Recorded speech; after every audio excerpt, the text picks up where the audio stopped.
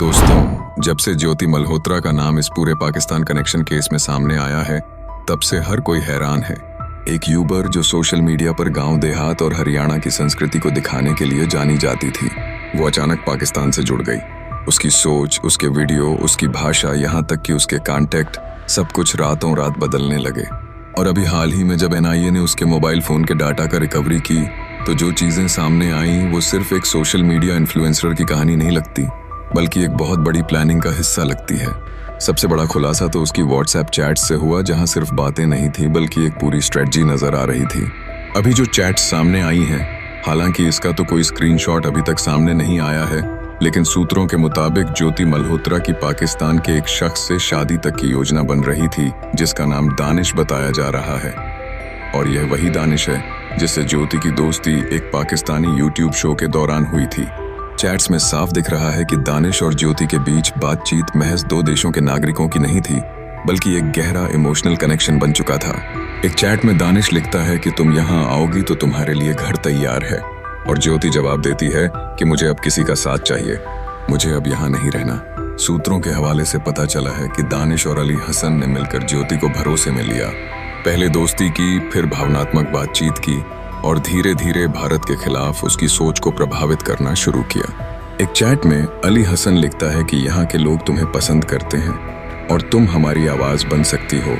और फिर उसी के कुछ दिनों बाद ज्योति के चैनल पर एक ऐसा वीडियो आता है जिसमें पाकिस्तान की तारीफ की जाती है और भारतीय नीतियों पर सवाल उठाए जाते हैं। अब सवाल यह उठता है कि क्या यह सब बस इत्तेफाक था या फिर सच में एक एजेंडा के तहत किया गया था।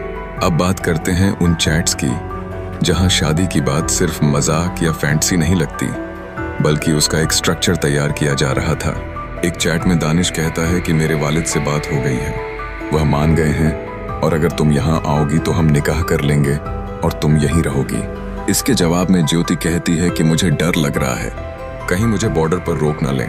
इस पर दानिश कहता है कि सब सेट हो जाएगा, तुम बस अपने डॉक्यूमेंट्स और वीडियो ले आना, क्योंकि तुम्हारे चैनल की पहुंच यहाँ बहुत है। और फिर एक लाइन आती है जिसमें ज्योति कहती है कि मेरी पहचान बदल जाएगी अगर मैं वहां चली गई। तो इस पर दानिश कहता है कि हाँ, वहां तुम्हारा नया नाम रखेंगे और नई जिंदगी शुरू होगी। सूत्रों के मुताबिक NIA को यह भी पता चला है कि ज्योति के पाकिस्तान दौरे की योजना पहले से बन रही थी, और इसी वजह से उसके सोशल मीडिया अकाउंट पर उर्दू शायरी, पाकिस्तानी रिपोस्ट्स और ऐसी बातें दिखने लगी जो उसके पुराने कंटेंट से बिल्कुल मेल नहीं खाती थी। इतना ही नहीं, एक और चैट सामने आई है जिसमें ज्योति कहती है कि मेरे पिताजी नहीं मानेंगे। इस पर दानिश लिखता है कि यहाँ सब अपने बन जाएंगे और हम वीजा मैरिज कर लेंगे। दोस्तों, अब यह बातें सिर्फ रिलेशनशिप की नहीं है, बल्कि एक गहरी साजिश की तरफ इशारा करती हैं, क्योंकि एक बार अगर कोई भारत की नागरिक पाकिस्तान जाकर वहाँ की नागरिकता ले ले या निकाह कर ले, तो उसकी भारत वापसी बहुत मुश्किल हो जाती है, और यही एक बड़ा ट्रैप साबित हो सकता है। ज्योति की चैट्स में एक और चौंकाने वाली बात सामने आई है, जहां वह लिखती है कि यहाँ सब दिखावा है, मेरे गांव में कोई मेरा वीडियो नहीं देखता, पर वहां सब मुझे जानते हैं, वहां से प्यार मिलता है, यहाँ सिर्फ ताने मिलते हैं। इस भावना का फायदा दानिश और अली हसन ने बखूबी उठाया और उसे यह यकीन दिलाया कि पाकिस्तान में उसे असली पहचान मिलेगी, इज्जत मिलेगी, प्यार मिलेगा। और शायद यही वह मोमेंट था जहां ज्योति ने अपनी जिंदगी की सबसे बड़ी गलती कर दी। अब बात करते हैं उस वीडियो कॉल की जो जांच एजेंसियों के हाथ लगी है, जिसमें दानिश अपने कमरे से ज्योति को लाइव लोकेशन दिखा रहा है और कहता है कि देखो, ये तुम्हारा रूम होगा, यहाँ हम साथ रहेंगे। और फिर वह उस कमरे की विंडो दिखाता है और कहता है कि यहाँ से बाहर कश्मीर दिखता है।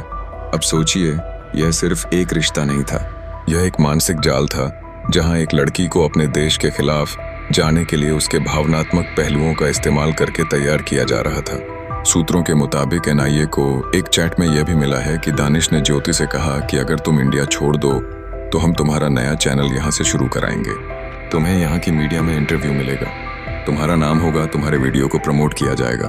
और यही वजह थी कि ज्योति अब पाकिस्तान की तारीफ करने वाले वीडियो बनाने लगी थी और भारत की नीतियों पर सवाल उठाने लगी थी। उसके कंटेंट का फॉर्मेट, स्टाइल और टॉपिक सब कुछ बदल चुका था।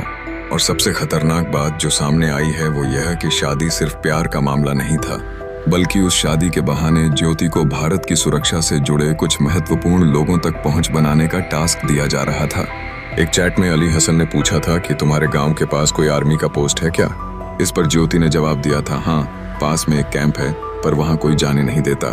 अब सवाल उठता है कि यह सवाल क्यों पूछा गया और इस जवाब का क्या इस्तेमाल होना था। तो दोस्तों, अब जैसे ही ज्योति मल्होत्रा की यह सारी चैट्स और पाकिस्तान से शादी की प्लानिंग सामने आई, वैसे ही एनआईए ने उस पर शिकंजा और कस दिया और जांच का दायरा बढ़ाया गया, क्योंकि यह बात सिर्फ इमोशनल या सोशल मीडिया इन्फ्लुएंस की नहीं थी,